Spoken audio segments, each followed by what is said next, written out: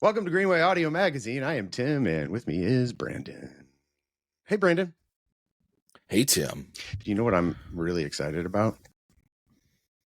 More ham and less turkey? I am a ham guy. Are you a ham guy or are you a turkey guy? So I normally do either a brisket or a prime rib for Christmas, and then we're turkey and ham for Thanksgiving. Oh, okay. Nice. All right. We went the honey baked route this year. We hosted, so I ain't cooking, you know. Honey baked is... Wait, so you buy the honey baked ham? We don't have that we don't have that out here. Oh, okay. But what we have had the last couple of years, we didn't do it this year. There's a really awesome locally owned soul food restaurant called Tawanda's Cafeteria.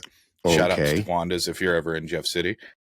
Yeah. And they make Thanksgiving dinners for like $150 that serve 8 people. And it's like collard greens and mashed potatoes and a deep fried turkey and all the fixins. Got the fixins. The fixins. Oh, so fucking good. So we did not do that, but shout out to Tawanda's if you're in Jeff City and looking for a place to eat. They're fantastic. Oh, and awesome. She's a huge cannabis enthusiast. Her husband grows, and so she occasionally does some infused catering on the side. Oh, yeah. Okay. Yeah. That's my style, you know. Yeah. Nice. But yeah, the other thing I'm excited about, buddy, is that nominations are open for the 2026 Best of Industry Greenway Awards. Oh, you're excited for that? Heck yeah, dude. That's my favorite. It's when I get to go out here and just like load up all the people that I liked this year. A lot of them stem from this podcast and all the cool people we've met. It's just like, I just pick people that agree to come and let me interview them. We got some great people. I mean, literally, we could fill this out just from people we've had on the podcast. There's a lot of categories in here. I love it. The kids helped me with the graphic this year. It's we nice. wanted to do something. So every year we try and change the theme a little bit so that like whenever the winners get stickers and do their graphics online and stuff, it looks a little bit different. So this one is like an 80s synth pop, like retro video game style. 8-bit. Yeah, dude. Yeah. I dig it. I know I got some years on you, but I used to have I think it was a Commodore. Was it Commodore 64? Yeah. And then but I'd plug in, I just remember plugging in a keyboard to the back of a TV, and I would, what is now known as coding, I would like, we'd share like pieces of paper that had like code on it, and I'd go there and type in, whatever, maybe it was what is HTML now, and I would type in this whole code for like 25 minutes and then press play, and it would go like and that was it, dude. Like, and I would be like, hey, everybody come in here, look at this thing I did, check it out. That was entertainment. I've never, I know what a Commodore 64 is, but I've never messed with one before. I did play with my dad's brothers and sisters, and him all had an Atari 7200. Yeah, dude. When they were kids. And so whenever we would go to my grandparents for like Thanksgiving or Christmas or anything like that, all the kids would go out to the shed and play on this like old, 1970s TV that they still had, that they had Atari, and we'd play Pong and Space Invader and shit like that. I mean, what else can you play really with the honestly one that's stick and the one button? What's crazy is like at that time, like we obviously had Nintendo and Super Nintendo and Sega Genesis and stuff by then, but those are some of my favorite memories of being a kid, is like sitting around with my cousins at Christmas and Thanksgiving. We'd all watch. And just sitting there. And what's crazy is you just said that, and for the longest time I never understood why my kids watched YouTube videos of other people playing video games. And And it wasn't until I was like, oh shit, like they just don't have like 30 cousins sitting around them I just waiting. got it. And we totally like, because you were always like, oh, this cousin's better than me, this cousin's worse than me. Like I can learn something here, I can teach them something there. Oh my gosh. Yeah, you're totally right. Because I would, my kids, I'd be like, why are we watching this guy play video games? What's the I point? don't understand. Like, go play the video game So yourself, silly. or go read a fucking book, you know? And I did the same thing. Everybody come in here, check this out. Mike Tyson's Punch Out. Like, look how far I am, you know? Dude, my daughter recently died of dysentery because she got Oregon Trail for her Nintendo Switch or for her computer or something. Her mom got it for her. Yeah. And I was so excited whenever she's like, Dad, I got this new game. It's really cool. It's called Oregon Trail. I'm like, dude, new so game. Fun. Let me play, you know? We played it in school. Like, oh yeah. Yeah. Like before that's how we learned about the Oregon Trail. Old school, like pen and paper. Like you have to make decisions as a team and stuff. What? You guys play Dungeons and Dragons Oregon Trail? No. You said pen and paper, making decisions. That's a role-playing game, Tim. That's a tabletop role-playing game. Yeah, it is. You're like rolling dice. You're like, oh, I got a 3. I missed that fucking ox and shot my cousin, you know? I used to be so excited about it. Going to class, being like, I think it was social studies. I could not wait to get in there to play Oregon Trail.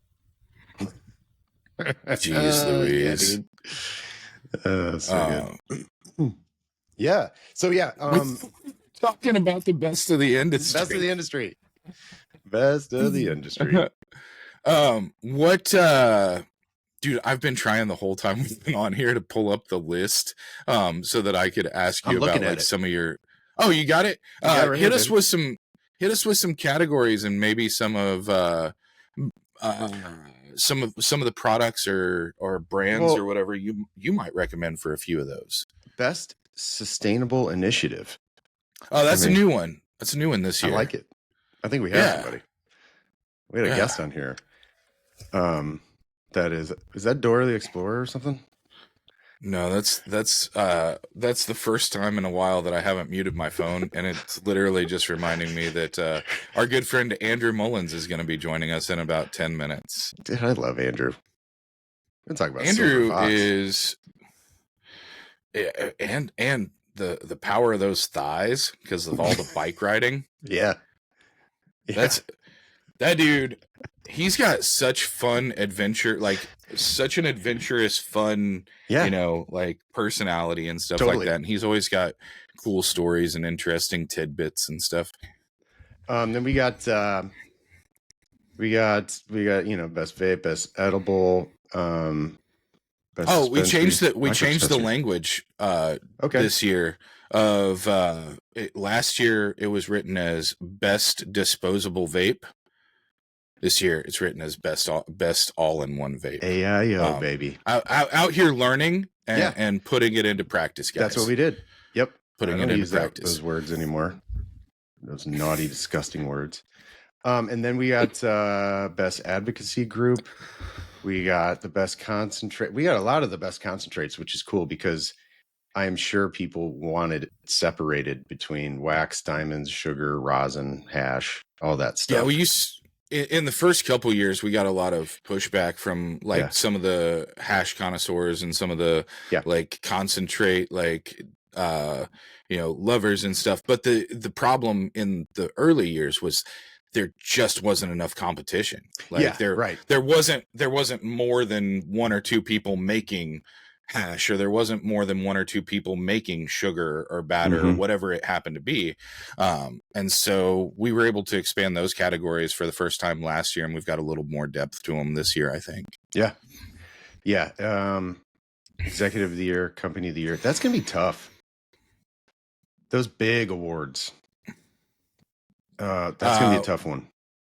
We also expanded. We added 2 new categories that I know of without looking at it. We added micro categories. Yeah, We I added saw that. micro dispensary and micro cultivator. We did not add micro manufacturer because right now I think there's only one company producing anything, and I don't even know if it's on shelves yet. I know as of a month ago it wasn't. Okay. And so I figure like a month or two really isn't enough time to establish anything, especially if you're the only one. Right now I know we have a couple wholesalers and a couple dispensaries, so I figure at the very least we can recognize the pioneers of the micro license industry in Missouri. So yeah, definitely. You know what else I think you should do is, I know shave. we know it's not going to happen. We know the winners. Okay. I'm very familiar with the winners, especially when we have the gathering of the Juggalos. Yeah, the gathering of the Juggalos. Sorry. Yeah. I'm in a weird mood today. How are magnets even real? But yeah, so the thing is I know the winners, and when I see billboards and stuff like that of people saying best dispensary 2024 or whatever, I'm like, can you just put Greenway? Like, I know it still blows my mind that you cut your hair, but I love you anyway. It's coming back pretty quick. It's good. Dude. It'll be back mostly before Valentine's Day. Yeah. So, man. But yeah, I see it and I'm like, why don't you just throw Greenway up there? Like, we know who gave you that award. I see it. Hey, at the same time, like, I'm just stoked that they're excited to be getting recognition and stuff, you know? Yeah, that's it. Like, I'm just stoked that there's companies that, it means enough to them. We were the first ones to do it before the pitch, before any of the St. Louis magazines or anything like that. We were the only one that was giving out any kind of cannabis industry recognition the first couple years. And we change it up every year. It's been in 2019 when we started this. The recognition was for advocates and people attorneys and people that helped write applications and stuff like that. And now we're into 5 or 6 different categories of concentrates. So we've come a long way in a short period of time. I'm really sorry. It's really hot. Oh, in here. God, what is there? That's better. That's better. Yeah, that's good. Oh, it's so hot in here. I wonder why. What did you do? For people sexy all over me. That must Brandon has a shirt with my face on it. This is Timmy Two Step. No. It has lots of your faces on it. Oh my gosh, there's a ton of my faces. It even has some with like the old goat beard and stuff. Gosh. Yeah. Dude. That's terrifying. Please don't wear that in public. I'm going to wear this to every event forever now. I ordered 12 of them, so I've got one for each day of the week without having to do laundry. Because on Sundays it's Bears jerseys. So yeah, for sure. So yeah, two Bears sweatshirts and t-shirts and stuff.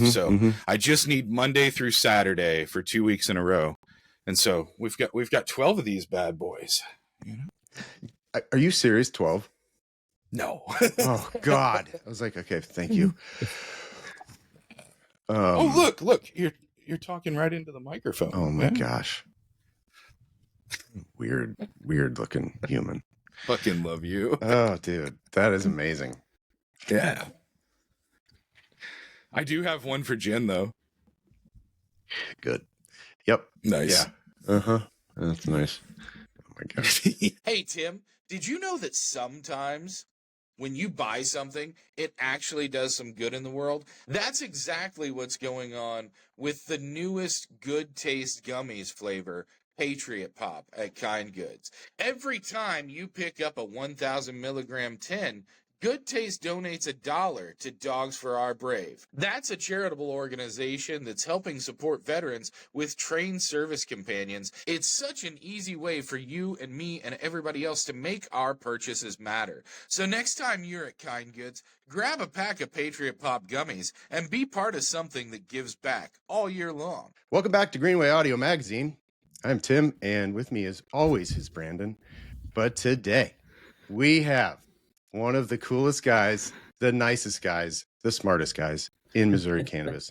Andrew Mullins, Executive Director of MoCann Trade. Andrew, thanks for joining us. Hey, thank you for having me. This is a long time coming.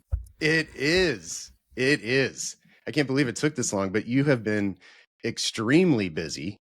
I know that because I see you a lot throughout the weeks, and you are a traveling man too. Whether it's you're in Jeff City a lot, but then you're all over representing Missouri Cannabis Trade Association, representing all of the people working in Missouri cannabis and fighting for our rights out there. So thank you on behalf of all of us for doing that. But let's get into what MoCann's doing right now. What are some of the big initiatives? Well, actually, we were just talking internally with the team, and we're putting together each year we do a top 10, kind of the industry and MoCann Trade's greatest accomplishments. And we put that out to our membership and anyone else that's paying attention. And it's actually been a pretty strong year for Missouri cannabis on a number of different fronts. We've got some pretty good wins and some other things we're still working on. There's always work to do here within our industry, but we're pretty proud of what we've accomplished both this year and in the 7 or 8 years that the industry's been around. And we've all been working hard on everyone's behalf to try and keep this thing together and keep this amazing train on the tracks. And so, yeah, happy to talk about some of those things or wherever you guys want to take this. Yeah.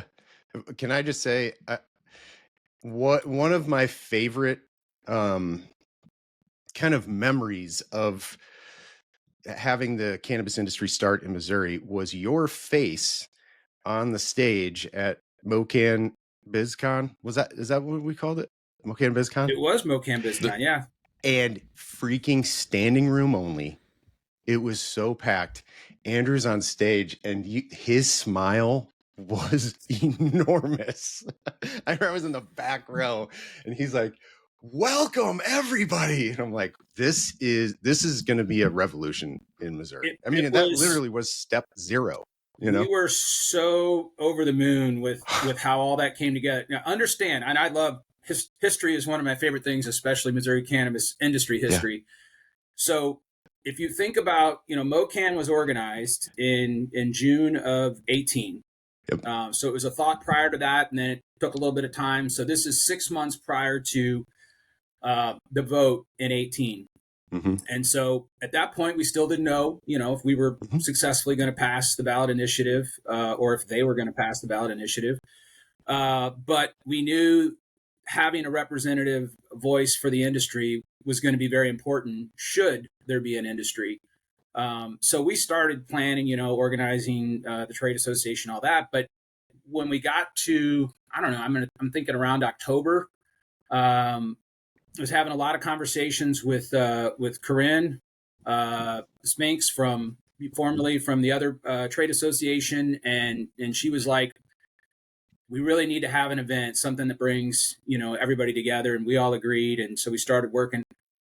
The most amazing thing was MoCann BizCon was March of 2019. Mm-hmm. The first one. There were 2. And that whole event, which still to this day is the biggest cannabis industry event in the state today, 2,300 people attended that event. It Unbelievable. Was shocking. But to throw that whole thing together in 3 months and have that kind of response and have basically everybody who had any kind of interest at all in being in the regulated cannabis industry showed up to just figure out. And that was really the whole purpose of the event is like choose your adventure. What do you want to do? Where do you want to fit into this whole thing? And So we were so proud to be able to pull that together, and even more just blown away at the response. It was just so unbelievable and so huge and so successful. And I always love telling the story because, we didn't know what we didn't know back then. And we had invited, the newly appointed director of the program. That was Lyndall. Yeah, but fresh face, new guy, fresh on the scene. Yeah, we're all talking about the Walmart background, and it was a very interesting pick from the governor to to run the program, and we're all trying to figure out who he is and what he's about. And but through those channels, we invited him to come down and greet this new industry. Mm-hmm. And I just remember when he showed up. It was him and Andrea. I guess Andrea at that time, I don't remember what her role was, but she was kind of, I don't know, she was helping him or whatever. But when he showed up and we started walking him around to get ready for that moment you just brought up, it was like the sea parting. It was the funniest thing. Just walking him through Union Station and then getting him to the, to the keynote area to kick all that off. And it was just a moment. It was so crazy. And then to see how far we've come since then. But it's funny you brought that up, because that was such just a special moment for the work, all those years. Everybody had fought so hard to actually have legalization here in Missouri. And, it's a lot of people don't think back to how unique it was to have a state that politically is as red as we are. Yeah. And to be able to pass medical cannabis at that time with such a referendum, it was so shocking. And we were so excited. And it was just all that energy kind of just all manifested down there in that 2 or 3 days we were at Union Station. And it was just, I'm still blown away. If you remember back then, there were companies that, were desiring to be in the industry, hadn't even made application yet, but they already had brands. We had sponsors. Clover was a sponsor. Proper was a sponsor. Camp was a sponsor. Real Cannabis, which actually at the time they didn't end up winning licenses, but I think they got some licenses in appeal. They were a sponsor. Wow. Yeah, it was the craziest thing, and I love to look back at that, because when you think about all the work that we've all put into this, and you look at where things are today, and I only say it because everybody tells me, whether it's folks in Missouri or folks outside of Missouri, more so the people outside of Missouri, how many compliments we get for having the best industry, best association. I hear it all the time. Best program, the best industry participants, like the friendliest, easiest to work with. I mean, it's just, I love hearing that. I love hearing the fact that in some ways we've been the energy that kind of binds everybody together and keeps trying to keep us all under the tent rowing in the same direction. And beyond that, it really comes down to all the personalities and individuals in the industry who've all worked so hard to get us here. And, here we are 8 years later, almost 8 years later. And we're all just basking in this success and what's really become of all this hard work. And I know that's one of the things I've heard, throughout all of this, is everybody that ended up coming into the industry and chose to be here, whether they're operating a licensed business or they're operating an ancillary business, they all say unequivocally, this is the hardest thing they've ever done. This is the hardest industry to work in. It's the most fluid. It's the most challenging. It's so hard to plan out, like typical companies. I got my 1 year, my 3 year, my 5 year, whatever. You can do that, but be fully prepared to blow it up. Scratch it all out. Yep. Yeah. So, and to that exact point, whenever we're talking about, the first iteration of MoCann BizCon, you fast forward 1 year to the second iteration of MoCann BizCon, we've had licenses awarded for, depending on what type of license you had, you either got them in December or the beginning of January. So we've had licenses awarded for between 2.5 and 3.5 months at that point. And we all go out to MoCann BizCon. We see Andrew. We shake hands. We kiss babies. that turns out to be a horrible mistake to kiss all these babies because we come back to Jeff City. We come back to Jeff City. We go to the Greenway industry kickoff party on High Street after the mandatory meetings. And then 2 days later, the state is shut down for COVID. And so while we've had, we get all these compliments about how well this industry has done in Missouri, one of the parts that gets missed a lot is we were literally building the industry at the time that nothing could be built. There was good point. I remember talking to some, especially St. Louis specific operators, that were waiting for months for permits to get cleared because there was no one in the office. Yeah. And so what normally would have taken 10 to 15 days was taking, 16 weeks in some cases just to get permits and and if you didn't get something right the first time and you had to resubmit it, holy cow, were you in for a pain in the ass. And so not just on the American side, but then this was worldwide. It was a worldwide pandemic. So you had issues with everything from your equipment, from your lighting to your plant trellises to anything that required metal or aluminum or anything like that was being shipped in from overseas. There were things getting, caught up in ports and stuff that were, 2, 3, 4, 5 weeks behind what they would normally be just to get from the port into the United States once it was already shipped across the globe, essentially. The timing on us building this industry and the way that the industry in Missouri specifically kind of propelled itself forward at probably the most taxing time in the history of the last 40 years, for sure. I think a lot of people miss how important that was to the story of Missouri cannabis, because every single person that had a business plan that got a license in December of 2019, their projections, their costs flip-flopped. Yeah. And their projections went down and their costs went through the roof overnight. We were in the middle of St. Louis in Union Station, celebrating, shaking hands, high-fiving, being like, this is going to be the best fucking thing ever. Yep. Andrew was out there just giving everybody the sexy eyes and telling them, you guys are going to be the leaders of the next big, boom in industry. And then 4 days later, the entire state is quiet. Yeah. You can't go anywhere, and there's maybe 10 roads or 10 cars going down I-70 at sometimes. It was dead. There was nothing we could do. Yeah, that's amazing. Gosh, yeah. I mean, challenge upon challenge. Yeah, during that I have time. Appreciation.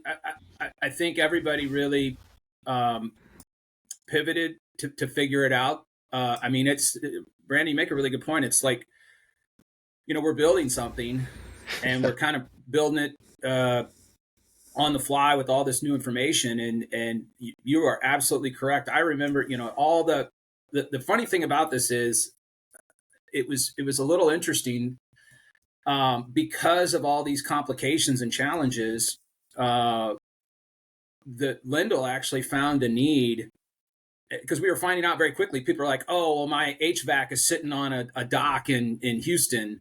And I can't get it up here. So, I'm going to have to, because you remember everybody was on a clock, and it didn't play as much of a factor earlier on. That came closer to the 1 year thing. But even earlier on, there were planned, like companies wanted to plan their ATO, and then it's like, well, we're missing this one thing, so we can't schedule it. And I found it,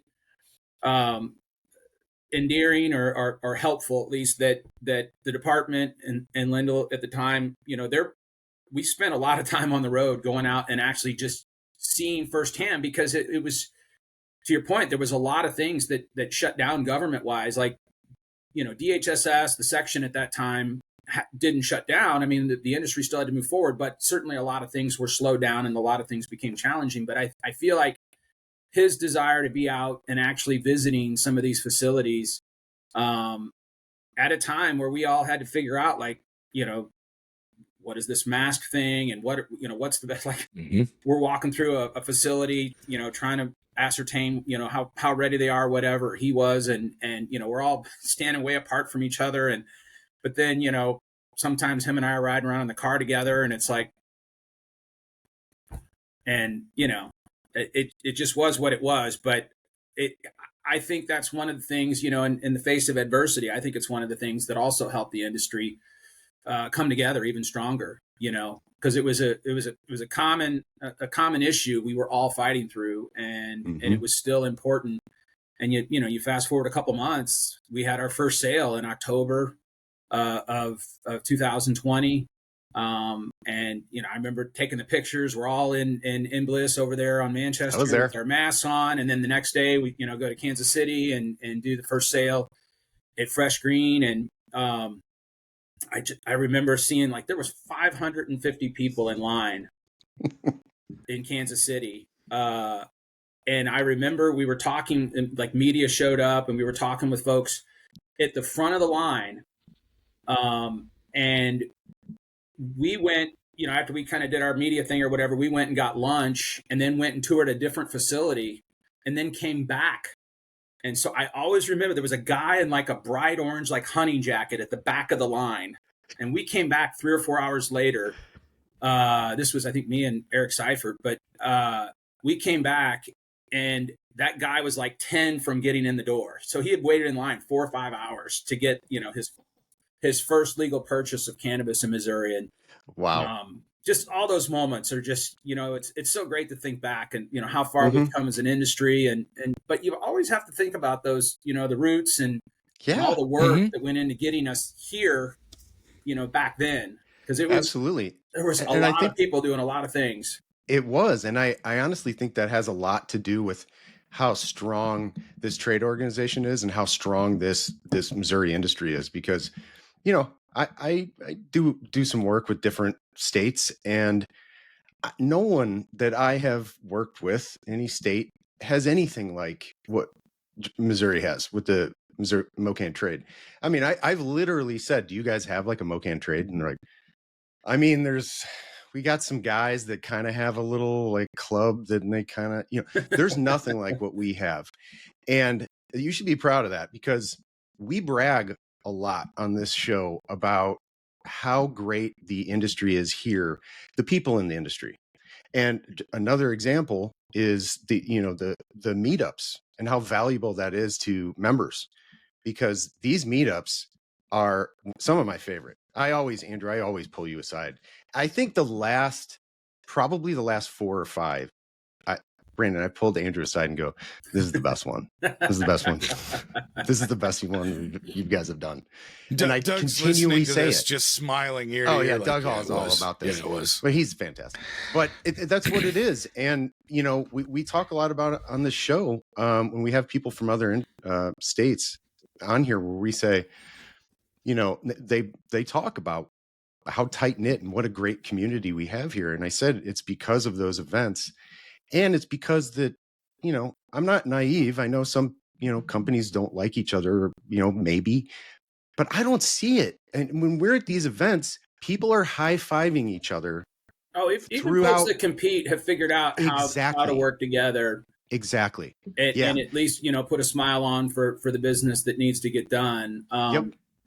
You're reminding me again, it's pretty common that we get asked, you're talking about other associations in other states. So somebody from Missouri, maybe they're pursuing licenses in another state or whatever. And one of the first things they do is they meet with the association or whatever sort of entity exists. And they say, hey, we got a really good thing happening in Missouri. You should talk to Andrew and Melissa and see if you can figure out any tips on how, they've done things and see if that can be applied here. And I always, I'm happy to offer our time and give any insights that we can that could help other states succeed. But when people ask me about special sauce, to me, I think this is probably the most predominant thing in the mix that created what makes MoCann and Missouri special, and that is the fact that we organized as an association before we had legalization, before anybody had licenses. So we had a group of people on our board that all had one common goal: to see legalization happen and to see the industry get stood up in a safe, successful way, and to deliver on the promise of legalized, regulated cannabis for all the Missourians that voted for it. They all had that in common, and the people that were tapped and brought on as board members of MoCann that were really steering us. I'm basically just the I don't know. I guess I'm the coach, and they're all the general managers. However you want to look at it, they're giving me direction. But they all got to know each other, and really the rest of the leaders in the industry. When we were doing meetups before licensure, all these people are in a room, and we're having beers, and we're talking about this potential industry and all the things that are going to happen. Talking about application, but everybody got to know each other, but they were all on even footing. Nobody had an advantage over anybody else because nobody had licenses yet. So it was all of us, working together, trying to see Missouri succeed. And then licenses come out, and there were winners and losers, and that was an unfortunate part of having limited licenses. But at the same time, those relationships had already been created, and some folks ended up with a number of licenses. Some folks ended up with maybe one, and some folks ended up with none. And even some of the people that ended up with none still stayed in and persevered to figure out, how can I partner, acquire, whatever it is, because I still want to be a part of the Missouri industry.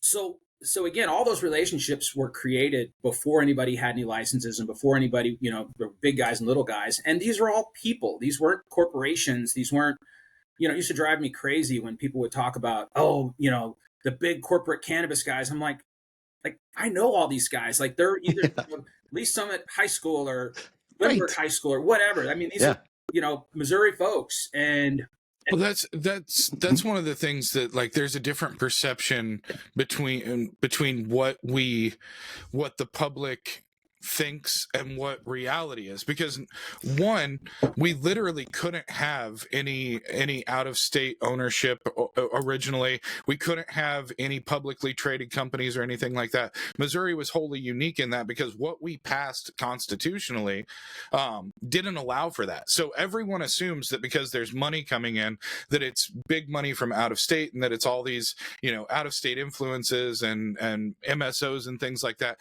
And while there were a few that wound up getting licenses like that, that largely was not the case. Also, what wasn't the case was, as many people as the original foundational group of MoCann got licenses, there were a lot of people that didn't get all that they applied for, didn't get as much as they expected, and some that didn't get any at all, that had been very vocal, very active in whether it was campaigning, whether it was contributions, whatever it was.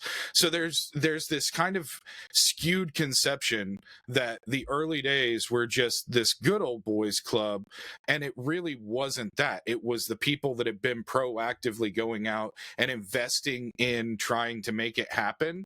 And some of them wound up being successful. There were others that had been very proactive for a very long time, like Sarcoxy, that walked away with nothing. Josh Mitchum from Clover, it was one of the most active donors and contributors and advocates, and they wound up in what most people would consider the worst possible position, which is to have just a manufacturing license. They had no control of their own retail. They had no control over cultivation. And so whenever I hear people be like, oh, they're, thumbs were on the scales and stuff like that, if that were accurate, Josh would have walked away with a vertical right off the bat. Sarcoxy would have had full verticals and things like that.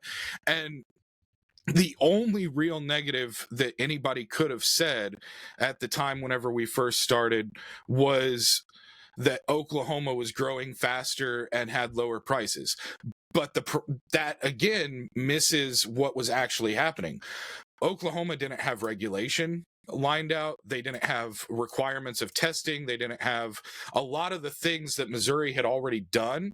And what wound up happening was, Oklahoma exploded in a way that gave way to a lot of impropriety and bad business and bad practices that affected consumers and patients negatively as well. And we saw that whenever they instituted a moratorium. And so one of my biggest takeaways from MoCann has always been that the biggest difference between Missouri's industry, in spite of when it happened, because you guys have brought on a ton of members since the very beginning, but the one thing that has always been consistent is that no matter what happens in the boardroom, no matter what happens at the meetings and stuff like that, the outside perspective, what's presented in the legislator, what's presented to the public, what's presented to the press and media is a uniform kind of guidance and agreed upon language and really sticking together, because the whole idea has generally been to progress the industry and progress the plant, rather than to worry about what one individual company or what one individual, this may be bad for this company, it may be good for this company, but really it comes down to, or has come down to most of the time, what moves us forward, what progresses everyone the most, even if it sacrifices someone a little. And I think that was applicable both on the legislative side and on the business side, and the interactions with SMMR and eventually DCR. And I think we see that even in Missouri with the fractionality between hemp over the last few years and things like that. While MoCann has been, united and having one driving force going forward, the hemp industry has largely been unsuccessful in doing what they've set out to achieve, because they don't have uniformity even within their ranks. They can't agree on, milligrams. They can't agree on what kind of testing, who's going to administrate the program. And that's the difference between success here for MoCann trade and success anywhere else, is that we don't see uniformity in other states and in other industries the way that we have specifically in Missouri marijuana. So that and alignment, I think a lot of that goes to your board and your leadership. Absolutely. Agreed. So you're talking about uniformity or alignment across, our leadership. I still believe a lot of that goes back to our beginnings, when everybody had a common goal. Let's get legalization, and let's create this program, and everybody, they all had equal equity. And even once licenses came out, those relationships had already been created. So everybody's still mindful of, like, we are now in a protect, defend, and execute on Article 14. Like, that is the thing we all can agree on, is we are going to see this through. And having those relationships built when everybody was on even footing, I still think is one of the biggest things that's allowed us to thrive, because people can work together. Those relationships were already built, and you have a solid professional leadership structure.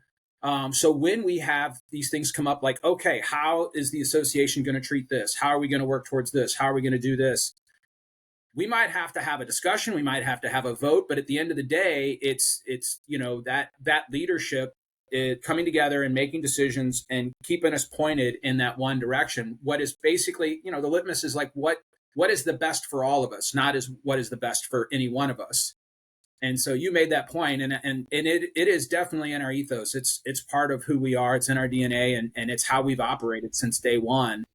It's definitely about the whole organization and the whole industry and the rising tide, not about anyone. And it's something I've seen in other states, where you get some really strong players who really want to throw their weight around in the decision making and policy impact processes, and then that works to potentially disenfranchise others. And we've tried to treat our smallest member equally with our biggest member, and give everybody a voice and listen to everybody that has an issue, and make sure that we're reflecting the needs and concerns of the whole industry.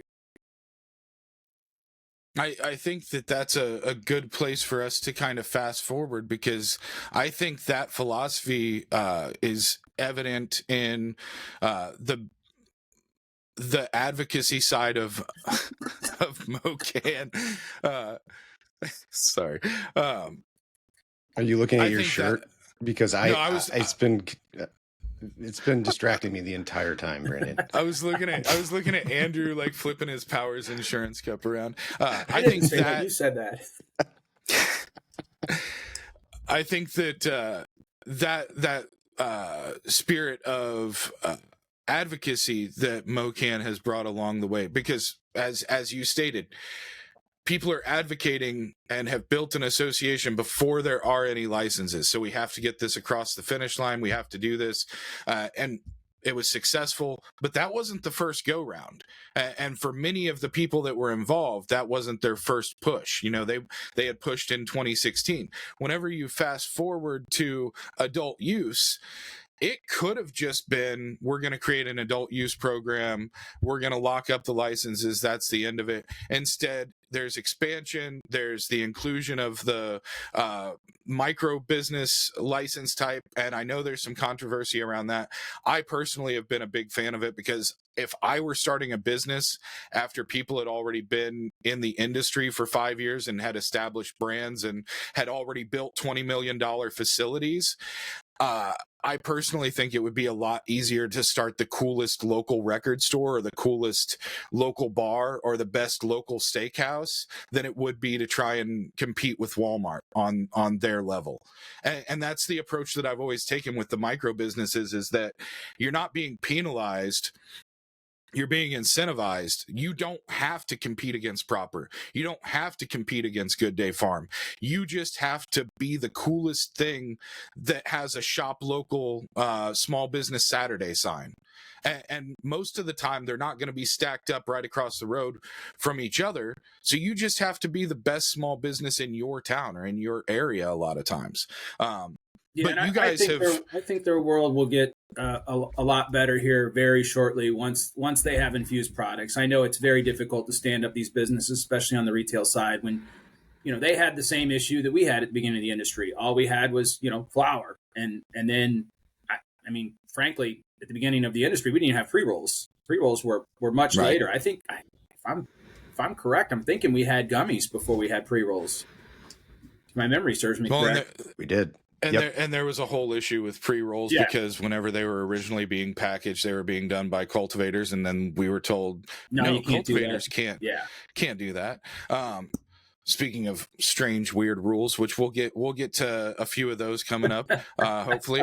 But to the point of the micro businesses and MoCann, you guys not only advocated for and helped to form the amendment and then put money behind it, the leadership and MoCann itself putting money behind it to get it on the ballot, but then you include the micro businesses in MoCann Trade and allow them the opportunity to talk to and workshop and network with the people that have already been in the business for a little bit, and again, kind of get that same camaraderie on their side. You've been active with working with the Micro Business Association that's developed. It's kind of umbrellaed, but you guys didn't create that. You've allowed them to come in and work with MoCann Trade and MoCann Trade members and created a tier system for micro businesses.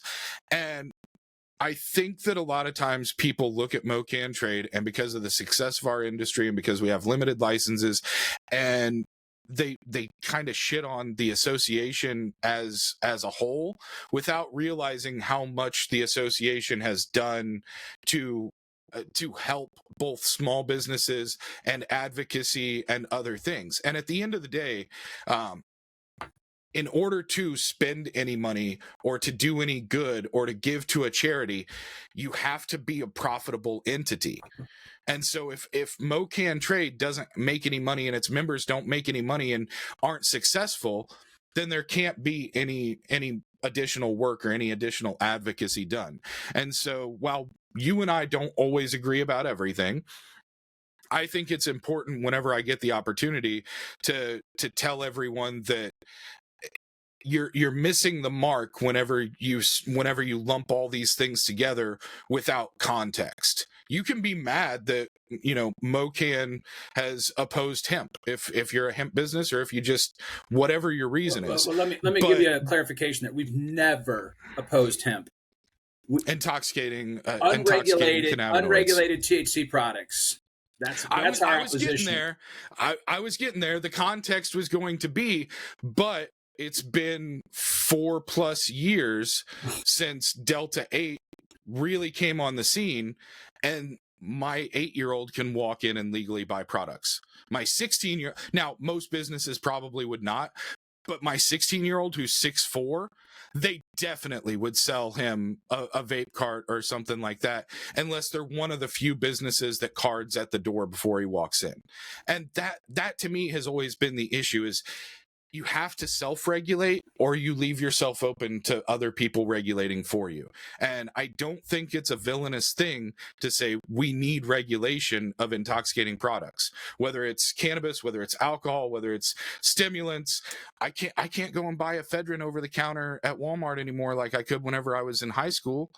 Like, this is not uncommon. We live and we learn and we make adjustments, and we correct, you know, we close doors and things like that. And I think you guys have largely been the driving force behind moving everything in the right direction.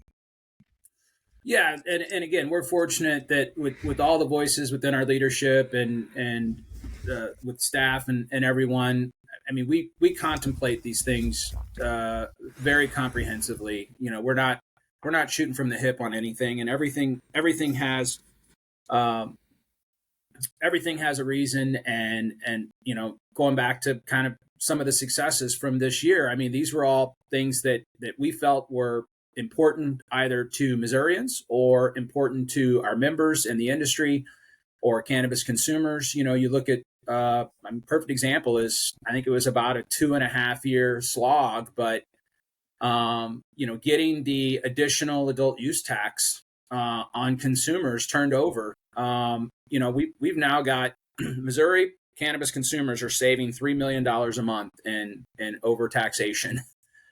So the fact that we, you know, had to go from St. Louis County Court, or I guess that was Circuit, I can't remember. I'm not the attorney kind of guy, but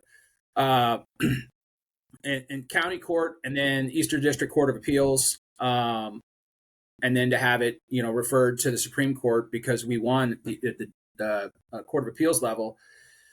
That was a really long, hard fought win, and we knew it was the right thing, and we wanted to make sure that we invested in it on behalf of both our industry operators, but more so Missouri consumers. It was not the intention of the framers to have that tax stacked. They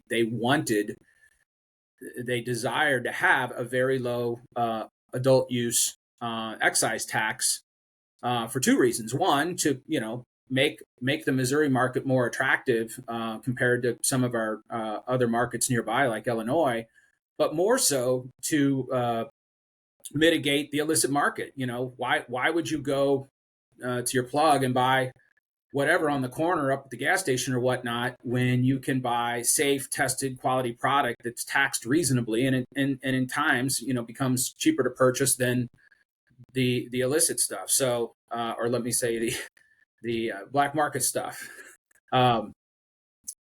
So, you know, we're very proud that we were able to get that accomplished. And, you know, again, having the first micro sale was a big win this year. We know they had a long, hard fought journey to get that first dispensary open and to have product to serve in that dispensary, and know they're still working on that to get infused products out there at the dispensaries that are open. You know, it's one of the proudest moments we had this year was when we got news that the Wall Street Journal was going to be doing a big feature, and that really confirmed what a lot of us have known for a long time. To get that kind of recognition at that level, and that publication, where other markets didn't. I think that was really a proud moment for all of us, and it shined a very bright light on what we've all worked together so hard to accomplish. So again, very proud of that, and other things that we've all worked hard to get done this year as well. One of the things that you guys were phenomenally successful in getting done this year was bringing a lot of the partners and companies together multiple times. You guys have your quarterly meetings and your meetups and things like that. The evolution from D-Rose back room to now, I believe the Springfield one, 700 plus attendees. Is that correct? It wasn't quite that much. It wasn't? No, it was just under 600.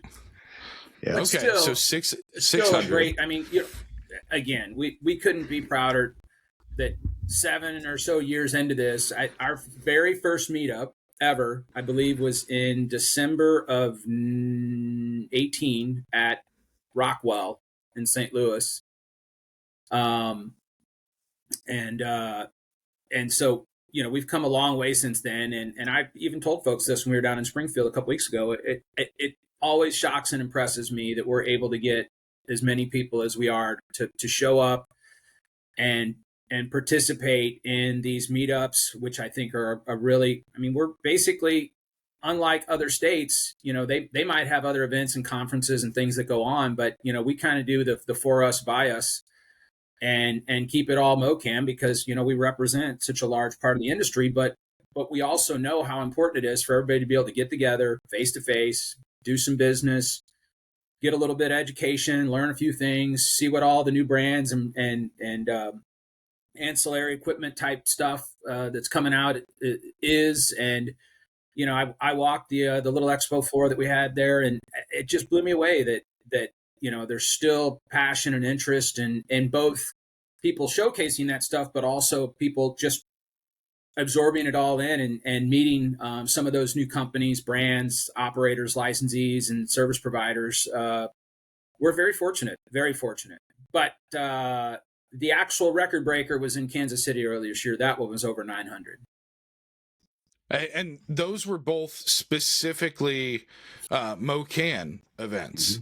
Yes. On top of that, MoCann trade events. On top of that, Q3 this year in St. Louis was the second year in a row, while we're talking about the success of the industry and we're talking about, the influence MoCann trade has had. Second year in a row, we've had a national platform with MJ Unpacked, and MoCann trade is so impactful that MJ Unpacked moved their scheduled time to coordinate with MoCann trade because you pull in as many of the Missouri operators, if not more, than the national platform does. And so the best way to coordinate that was to put the Missouri operators in the same place as the national operators at the same time. And that led to coordination for Q3 Union Station, St. Louis, for the second year in a row. And I think that's a huge hallmark as to what you guys have built, that one of the largest cannabis conferences in the country is tailoring its design to what we're doing in state. And my understanding is they're planning to be back again next year, headed to Kansas City. Yep. And so 3 years in a row, I there's Vegas, there's all these other places where we've seen these large trade or business platforming shows and events, rather. I think event is probably a better word. I think that says a lot to what you guys have built and to the market that we all participate in here. And so just congratulations for that as well. And another feather in the Andrew Mullins cap. Well, yeah, it's, I'll take that. Thank you. And we were really excited. We had attended MJ Unpacked prior to them even thinking about Missouri as an opportunity. And and thought it was a great event. It was a lot more focused. Obviously we had events out at MJ BizCon for, I think 5 years in a row that were pretty popular. But I think it started, that's a really big event. And I think after adult use and quite frankly, there was a pretty big ask to have a 2-hour hospitality event at Chandelier. It got to be rather expensive, but regardless, to have MJ want to bring, their whole road show to Missouri and St. Louis and celebrate the success of the Missouri market with us and let us be a part of that. It was a huge honor.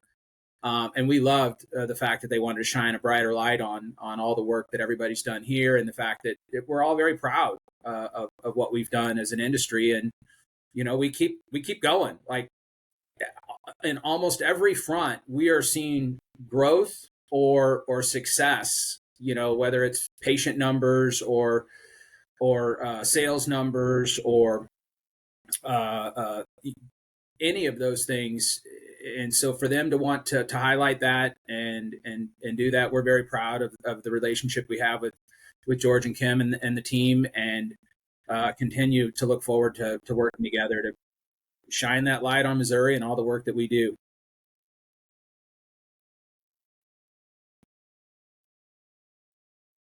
You mentioned patient numbers. Missouri is one of the few markets that after adult use legalization, the patient numbers, understandably dipped, but in the years since they've started to climb back up.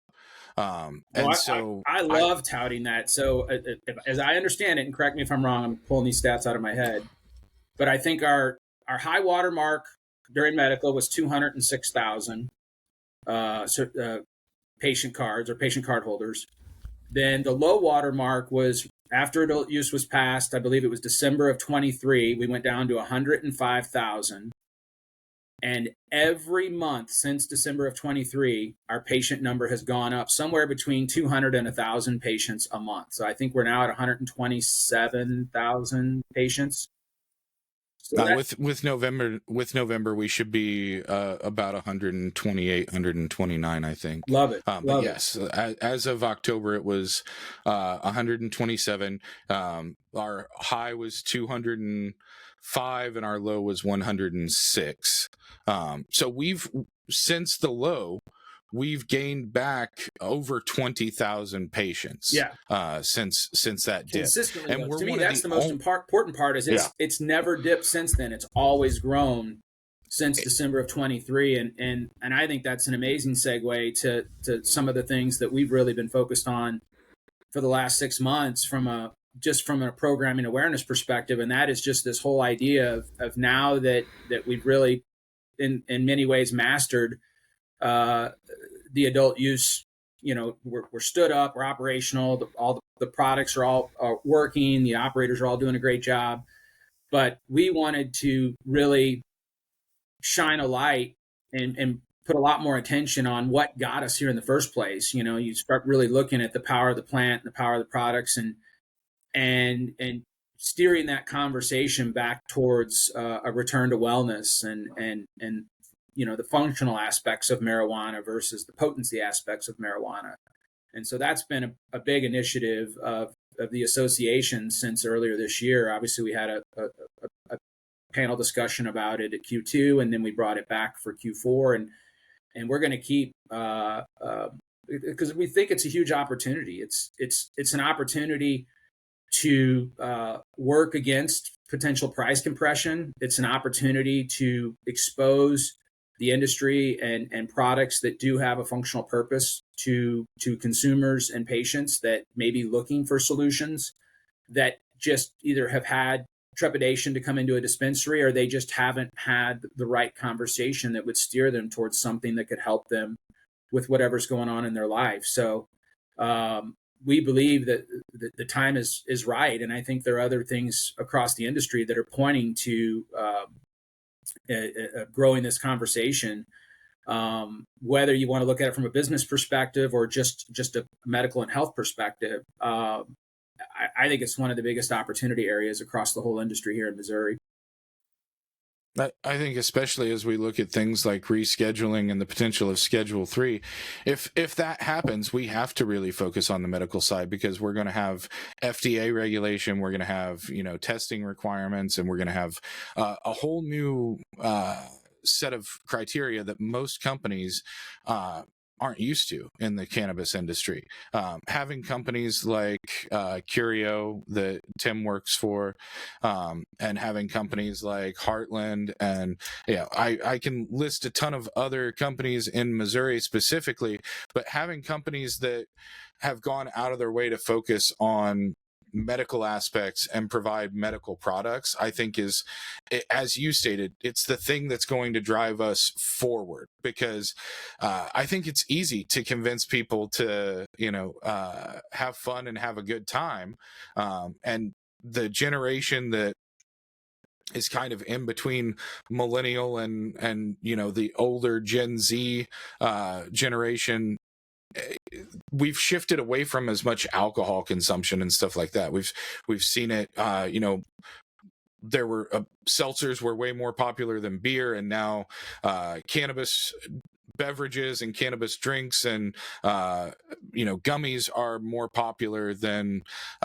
alcohol with most people in that demographic right now. That doesn't mean alcohol is going to die. It's a huge entity, but whenever you take any portion of $200 billion a year industry, that's noticeable, especially when you take it for an industry that didn't exist 6 years ago, 7 years ago. And so while that's going to continue propelling forward, the real driving factor and the thing that seems to ingratiate change across generations and across states and country is the medical aspect, and providing therapeutic providing some kind of therapy or some kind of relief to people is the biggest driving factor, and why I think cannabis keeps being the most fastest growing commodity that we have right now, as far as both recreational and medical products. Well, we've all heard it a million times, and I remember Lori Parfit saying this at Q4. Everybody medicates. Everybody that's using cannabis, they're medicating. Whether it's they're treating it like their glass of wine, it's the thing they wind down at the end of the day, or they just need to, just get altered. Whatever it might be. However we all use it, you're still medicating. And I think the more that we can look at some of those people that have issues, that have health issues, that cannabis has a place in providing some relief or solution to those health issues, I think that goes far beyond just this idea of potency and people that are being steered towards products that are just going to get them high, when there are products, we know there are a lot of people, whether they're already shopping in dispensaries or they're thinking about shopping in dispensaries, that, they're trying to solve for pain relief. They're trying to solve for sleep. They're trying to solve for anxiety. They're trying, and then there's a whole litany of things beyond that I think we're still tapping into. And with some of those new consumers, and sort of going outside the four walls of the dispensary and finding those people and having the conversation and getting them, we've all done an amazing job here in Missouri of normalizing the industry, but there's still work to be done. There are still people who desire to find some relief through these products, but maybe have trepidation to go into a dispensary. Maybe they just, it concerns them talking to a 23-year-old person about cannabis products.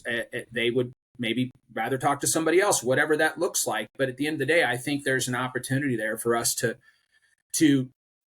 and I see this as in addition to, not in lieu of. This is all incremental growth. This is all new opportunities.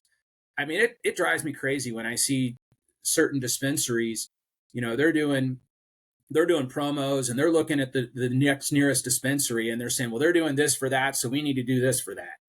And I'd much rather, what we talked about down there at Q4 in the panel discussion is just this idea that people who are seeking relief or solutions through cannabis, they're not price conscious. They're looking for something that works. And once they find it, they're very loyal to the product and to the place where they're purchasing that product. And so that's part of the missed opportunities I think we all need to really focus in on more. All the groups in Missouri is how can they leverage that? Again, you're not taking anything away from the existing opportunities. It's really new customers and new conversations and identifying those people that can actually help grow your business. And whether you're in product development or retail planning, I still think this is the biggest opportunity across the whole industry. Agreed. I think Tim's had more experience with that than most people over the last year, probably. And I know you've had a lot of hands-on experience and a lot of face-to-face experience, kind of talking about some of the same things that Andrew was just talking about. What have you seen as far as both from the older generation and, the younger generations that is driving that forward, that relief seeking pattern that Andrew was talking about? Yeah, I mean, I have seen firsthand a lot of the trepidation of the older community worried about what a dispensary is, or what, who works in there, or, explaining what they need when they go in there. Just getting that whole group of people in the door is a huge feat. And once that is figured out, and I think we're getting close, just from a lot of the events that I've been a part of. Belief is so involved in this right now. With Sarah Figueroa, who is a what's it called, gerontologist. That's unbelievable. And so she gets to work with, so she's been working with seniors for a long time, and now she gets to, apply it to the cannabis industry. And we hear a lot of the same stuff, which is, I'm interested, to just tell me where to go and what to do. But they don't have that bridge to getting into the dispensaries. There's some fear there, and I think, big time. Mitch said it really well. It's like, we need to meet these people where they are. Exactly. You can't expect them to walk into a typical dispensary environment and feel comfortable. Like, that's just there's a lot of things in there that will be new and different and aren't necessarily framed in a way that they're going to understand. Yes. This is like turning somebody loose in an aisle of a Walgreens and saying, okay, go find what works for you. Mm-hmm. Well, no, I need you to help me. I need you to steer me. We need to have that conversation. I'll tell you what's going on, and you can tell me what you think might be able to provide relief. But that's a conversation that I think, in some ways we've become a little more transactional than desired, and that's okay. I think we could have, any dispensary could have 4 speed lanes. I would just love to see more dispensaries leverage that opportunity and have a place. If you remember, during medical, we all had dedicated wellness and consultation areas. We had wellness people on staff. Some people had nurses, some people had just a specific wellness minded person who maybe had, some kind of educational background in those areas. But that was all part of the businesses. Mm-hmm. And it was part of your application. It was part of what you had to execute on and running those businesses. And I just think we've kind of moved away from it, but it's still, it does the best job any of us could do in normalizing our industry for those folks that still have either confusion or trepidation, or they're just not, they haven't made that leap from I'm interested in this to I'm willing to walk into a store. Yeah. And I think one of the things that's helping that, and I'll bring up Belief and Swade again, is that they have a hotline. It's called the Pot Line, where you can call at any time and ask questions about cannabis, and there'll be somebody on the other line that will pick up and answer all of your questions. Yeah, dude, it's freaking awesome. And they talked about that a lot at some of these senior events that we've worked together, and they like getting on the phone, as opposed to going somewhere. Another thing that's going to help break into that side is delivery. We did an event at a an elder care facility, I don't want to say old folks home. And they, even though I just did, and that was one of their things. They wanted to be, they were worried about transportation, A, and B, the experience. What am I going to, who's going to be in there? You know, am I going to be scared? Is this going to be, am I going to be intimidated? They can actually place orders online and it's delivered. So I think once delivery gets more out there, which I feel like it is, that's going to be a whole new form of revenue for that side of that generation. Yeah, and that's another a way to meet them where they are, and Yep. you know, going into those independent living facilities, care facilities, and having those conversations. Again, I think that's meeting them where they are, and you're bringing that message and education to them. And I mean, I've heard the stories of some of those events where you know the facility itself will say, okay, we're gonna organize a bus. Now that everybody is we've sort of mitigated the fear. Now everybody has interest. We're going to put them all on the bus and bring them down, and they're going to go find that product that's going to help with their quality of life and whatever's ailing them. And I think that's huge. All right. It is that time of year when everybody is pretending to be festive, stressing out about gifts, and eating way too many cookies. So Curio Wellness decided to step in with something a little bit more enjoyable. They just dropped their winter limited edition vapes, and honestly, the packaging is doing more for the holiday spirit than any of my actual decorations. They've got 5 brand new flavors: candy brandy, apple fritter, chocolate mint, iced cherry cookies, come on, and lava cake. If that doesn't scream holiday magic, I don't know what to tell you. It's like your favorite desserts teamed up with premium Curio Cannabis and said, let's take the holidays up a notch, shall we? Same Curio quality, just dressed up for the holidays. These are limited time, so don't wait around. Stuff your own stocking early and grab Curio's winter limited edition vapes at a dispensary near you, Brandon. Happy holidays, everybody. So one of the things that we were just talking about, and I think was a kind of a great segue for this, was the fact that Tim was talking about delivery and how that creates more access. One of the things that we've seen over the last year, this year specifically, very recently, we saw DCR come out with expanded language on curbside. And I think that part of that comes from, you know, again, MoCann Trade's push. You know, MoCann Trade's membership. There's been several things that we've seen MoCann take very proactive stances on, you know, packaging, advertising, and things like that.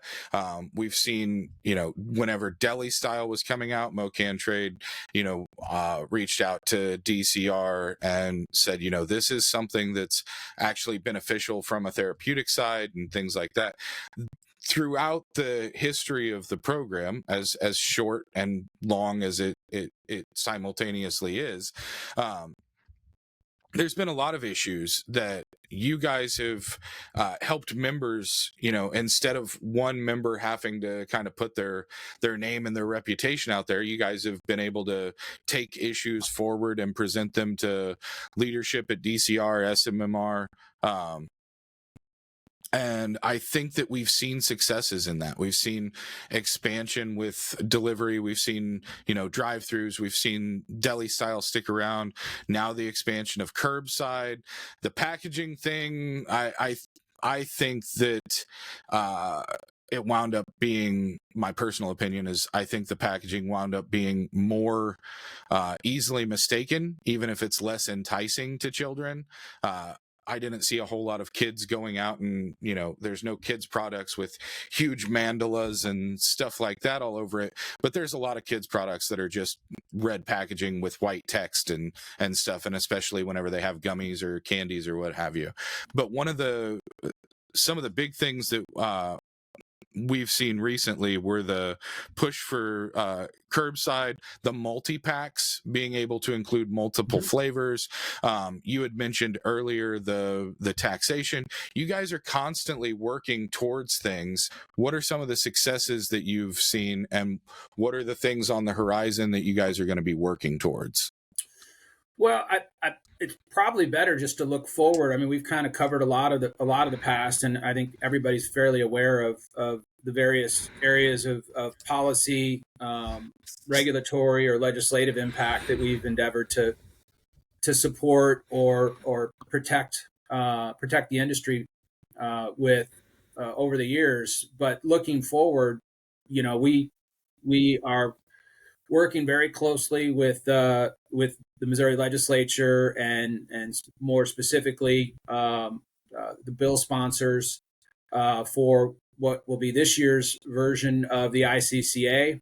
So that is Senator David Gregory and Representative Dave Hinman. I think Gregory's bill, he filed that earlier this week. I think it's Senate Bill 906, but I could be wrong. And I think Representative Hinman's bill is still forthcoming. But, it's been a real challenge because we've seen, all the work we've talked about on this podcast, all the work we've all put into making sure this program is safe, it's compliant, and that we're all doing the right things, and we've done the right things as an industry. We've worked really hard, and it's been very challenging over the years. And to have, for the last few years, we've seen a proliferation of unregulated THC products out there, and that's been a real challenge because we find it to be, in opposition of what Article 14 intended. We find it to be unsafe. We find it to be a real drag on folks in Missouri that are trying to access safe, tested cannabis. So, over the last few years, we've tried a couple different approaches working with legislators, whether that would be a prohibition or even, in some instances, some permissiveness on specific aspects. So, like you saw or heard about last year, there were beverage carve-outs for hemp-derived THC, and there was even potentially a gummy carve-out for a low-dose gummy that was hemp-derived THC. But with the change in federal policy and with Congress and President Trump signing the hemp loophole closure into law, we all now have certainty. And I think that certainty provides policymakers, legislators, everybody that has had this cross their desk with a really clear, bright line of what is marijuana and what is hemp. And I think we're excited to see that materialize and hopefully be heard and passed in this upcoming legislative session, because I think it really provides certainty for everybody, whether you're on the hemp side or you're on the marijuana side. It's no longer ambiguous. It's no longer, well, should we be doing this? Could we be doing this? Do we need regulations to do this? I think it all makes it very clear, and the ICCA and the provisions that are within it should all be a big relief for everybody that's working on both sides of the industry. Whether you're doing industrial hemp things or you're doing marijuana things. And so we're very excited to see the progress of the ICCA this year in the legislature. And obviously, we're extremely supportive of Senator Gregory and Representative Hinman's efforts, and hopeful that the rest of the General Assembly agrees and sees and understands what Congress just did and what that looks like and how that will affect how hemp and marijuana work here in Missouri. Why is the ICCA necessary, considering what we've seen at the federal level? And there doesn't seem to, I know there's been a lot of chatter about, trying to carve out things and stuff like that, but on a federal level, but it doesn't seem like that has a lot of traction. It seems relatively certain that this, the bill that Trump signed, as it was signed by the president, will go forward. What makes the ICCA necessary in Missouri whenever we have a federal statute that's going to close down the intoxicating hemp industry in, 11 months? Yeah, so there's a couple things. It really works to codify the and clarify the policy. It mirrors the federal policy, but it also adds some additional uh, enforcement provisions. It gives the tools and resources to some of the agencies here in Missouri to actually, we've all heard it for a long time that DHSS has maintained that they don't have enforcement authority over non-licensees. And so when you have, unregulated retailers or producers making products, there has to be some mechanism to ensure that products that are not regulated or not licensed are not just making their way into the marketplace or making their way to consumers, especially if those products are untested, unregulated, untaxed, etc.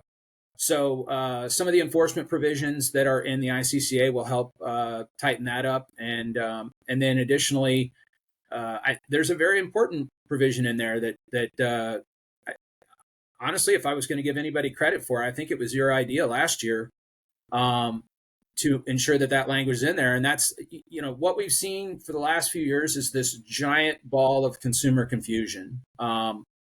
There's a lot of deception. There's a lot of confusion. People don't know, like, is this a dispensary or is this a smoke shop? Is this a regulated product or is this some unregulated Frankennoid, whatever? And so to have a provision in the ICCA that basically spells out if you're selling intoxicating products, you cannot use the word dispensary in your business name or signage unless you are a licensed dispensary. I think that's smart policy, and I think it helps to alleviate a lot of that confusion that's out there, along with policy clarity from the Farm Bill loophole closure, as well as some of the other efforts. You've seen just recently DHSS has come out with a program that's basically, I think they're calling it their dispensary verification program, but now they have marketing materials and signage that dispensaries can use to identify not only, like, we have that, we started doing that, a year ago with 100% Missouri grown plant medicine and those signs, but theirs goes a couple steps further, which is great because it not only identifies those licensed facilities, but it also, you've got a QR code that refers back to their licensed facility list. You've got, the official state stamps and seals and all those things that make it a lot more official than something the trade association could generate. So we feel like that's a really good step in the right direction to help mitigate some of that consumer confusion. But this is going to. I may or may not have a MoCann state licensed dispensary sticker on my office door right now. So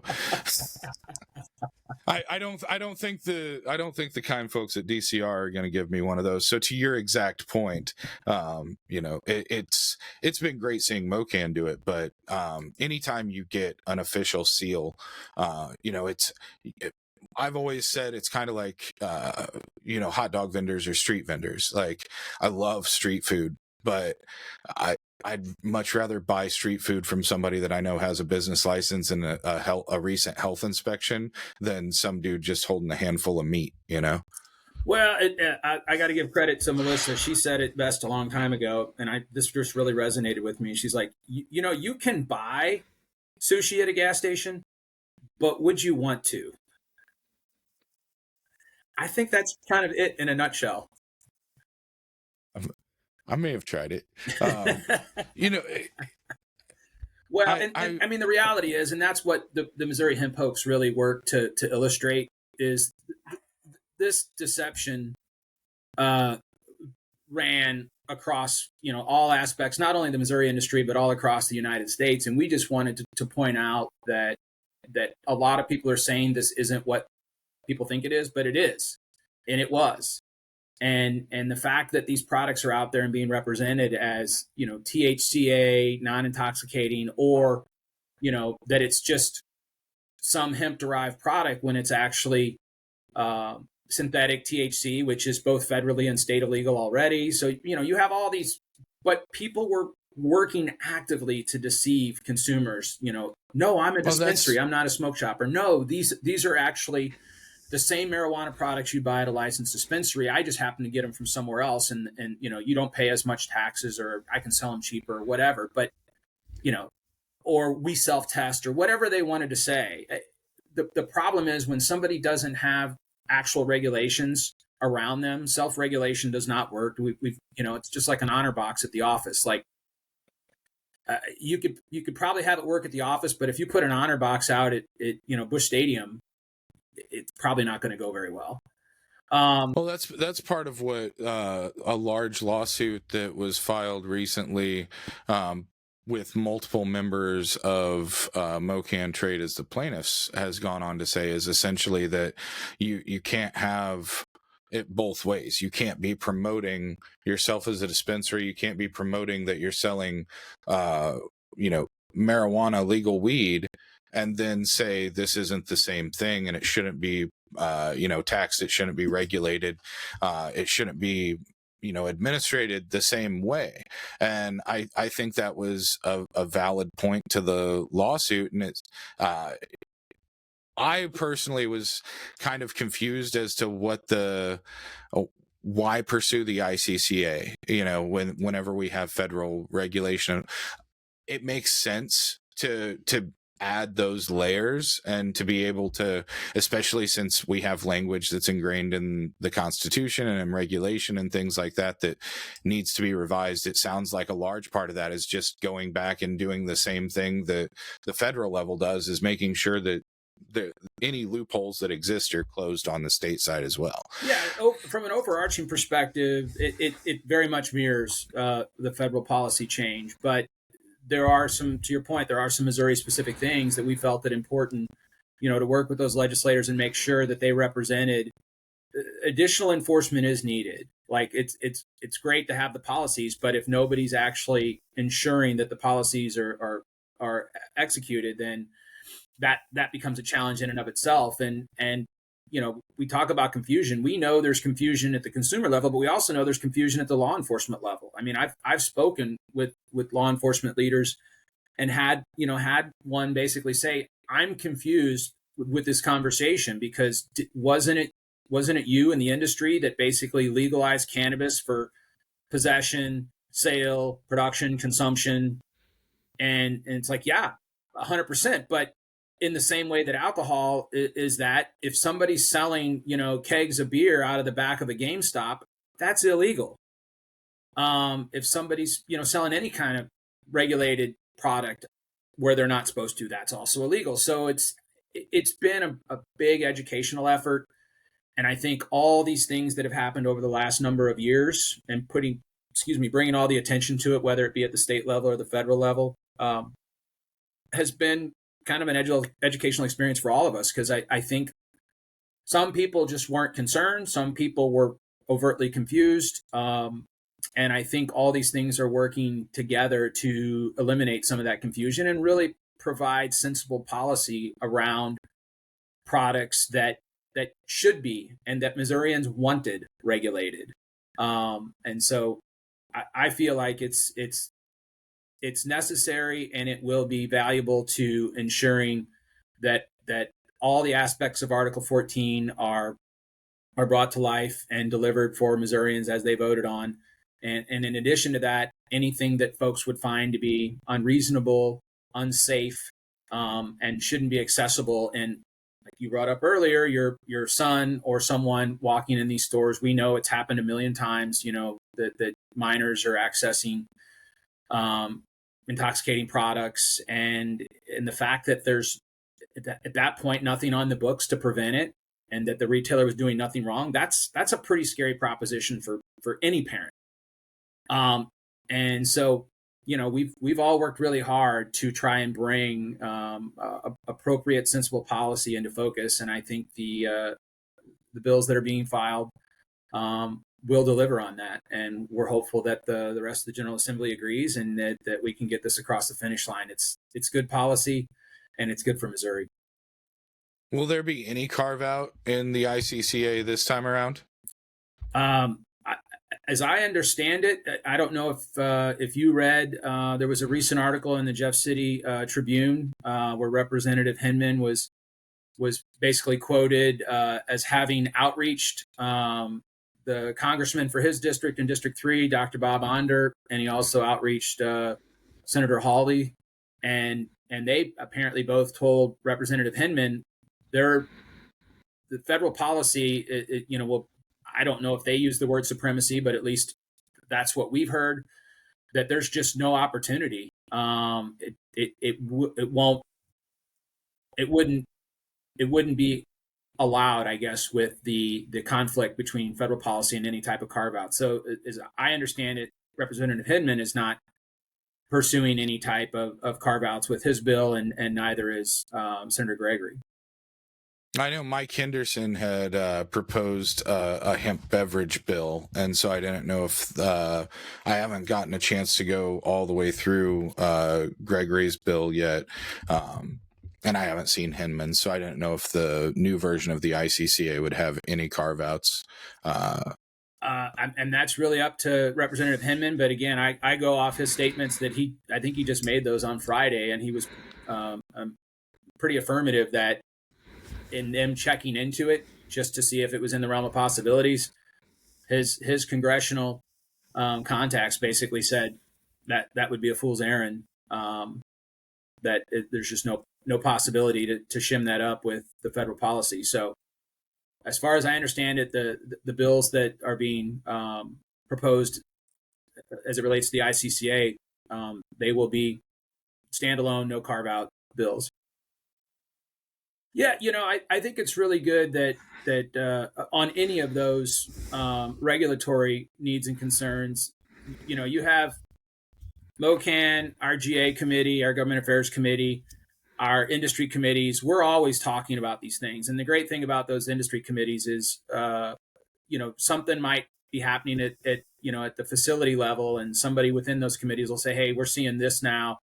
This seems to be a problem. So we elevate it up through our structure and get it to GA. And sometimes it's either, myself or one of our GA leaders that might reflect that to the department or however that happens. But I've seen great collaboration and great interaction between MoCann, but also MCRC's been bringing a lot of these things forward. I think that was a good thing that the department developed, because they can kind of get, it's almost like trust but verify with things that we might be reflecting. And we have a number of our board members that are part of MCRC. So again, we're all working together towards the same things. It's all about sensible regulatory and program policy.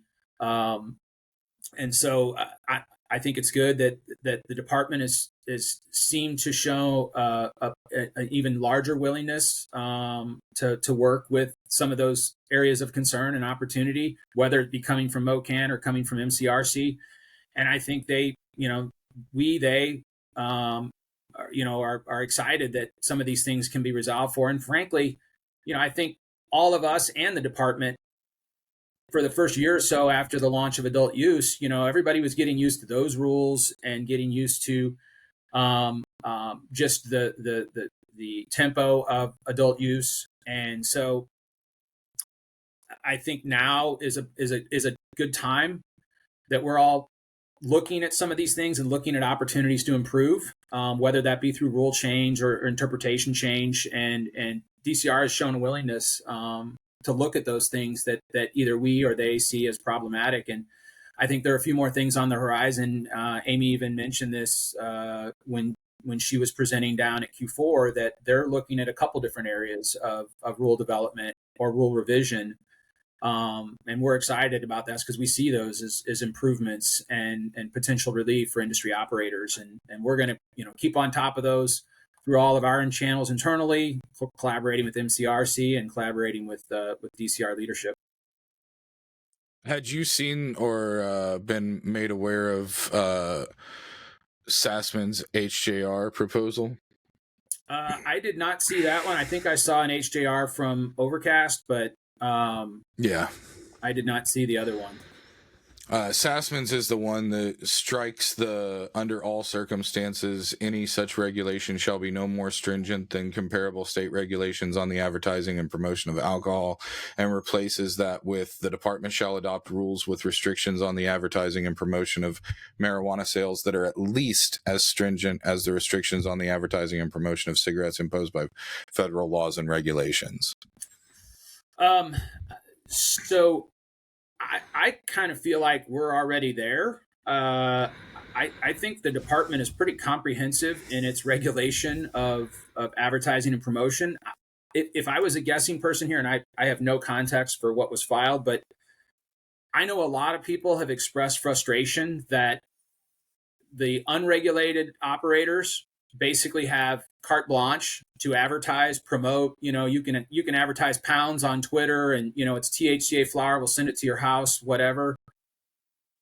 I'm guessing that maybe this is a reaction to that type of advertising, because I know in talking with legislators, when you see billboards for some fake dispensary or smoke shop or whatever, they think that's us, and it's not. Well, and that may be the cause, but the effect would be that the regulated market, the licensees in Missouri, would no longer be able to advertise with billboards, most magazines and websites and things. Basically, anywhere where you can't see a cigarette ad right now, you wouldn't be able to see a marijuana ad. And while we've already been pretty restricted, and the department has created some rules that restrict what we can use in the advertising materials, we haven't been that restricted on where we can advertise and how we can advertise, and this would essentially take those away. You'd be limited on even the television ads that we saw out in Kansas City and Springfield earlier this year and things like that. Yeah, I would say I'll get our policy team on it, and we'll review and evaluate, and then track it and see if it's actually moving. How the legislature works. You get 2,500 bills filed, and a lot of them don't even leave the start line. A lot of it's posturing and all that. So certainly, thank you for putting it on our radar, and we'll definitely track it. And joint resolutions are even crazier than regular bills as far as how they progress and things like that. But it's always interesting to pay attention and more so to see why people are doing things and what they're doing. I'm just hugely appreciative of everything you've done personally for the industry and for the association and for your friendship. And absolutely, you've always been really great to me and to Greenway as an entity. And so it's really nice to get you on here and be able to kind of give you your flowers. And I love it. And tell everybody, that you've played a very integral role. I know MoCann gets told a lot of times how well and how successful and how much they've done. You and Melissa, but you've been with MoCann a little bit longer than Melissa. So you specifically, I think, don't get the recognition sometimes that you deserve. And so thank you for all you've done and for putting Lyndall in your car and driving him all over the place. It was really cool to have, well, first of all, thank you for the kind words. It's sometimes this can be, when you're in the policy trenches, this can be a pretty thankless job. So getting direct appreciation, like true, honest appreciation is a good thing. So thank you. But yeah, it was really neat to see Lyndall down in Springfield and to have him get to take a bow, and everybody was very, very receptive and very excited. And it was neat to see him and Amy up on stage together again. And, we're fortunate that we at least have good relationship, good communication with our regulators. It's not, I try to tell people this all the time, it's not the case in other states. And so, whether we agree or disagree or we're aligned or not aligned, the fact that we can, again, reach out and talk to each other about issues. Yeah, I agree. But Andrew, holy cow, this hour went by in like 2 seconds. We have to part 2 this because we didn't get to like any of the stuff we wanted to get to, but we got a lot of material in here that's very beneficial to people. And I think one of the things is that I wanted to get across was how important MoCann trade is to this industry and this state.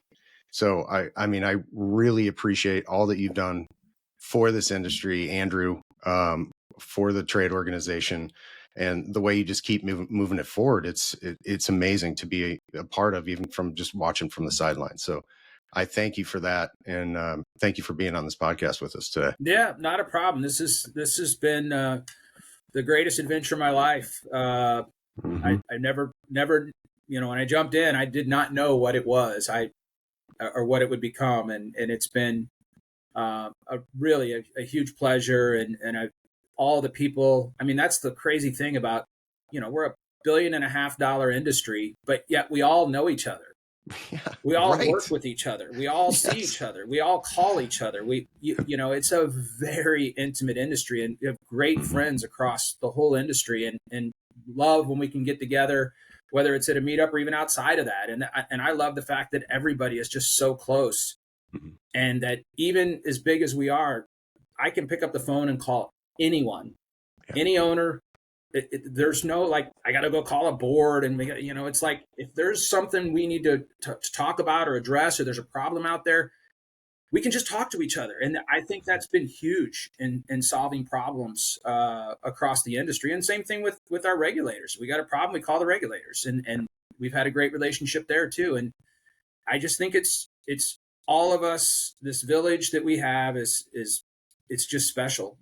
It's so special, and I'm thankful for everybody that's been a part of it, because it's just a great group of people. Like I remember many years ago, I was trying to get a job at an agency. Tim and I both come from the advertising marketing background, so he can relate. And I sat down with the CEO, and it was like my final test, final thing that I had to get through to get the job there. And he's like, I'm not going to put you through a whole bunch of stuff. It's really simple. Like, I just have one rule. Like, I have a no asshole rule. So are you an asshole? And I was like, wow.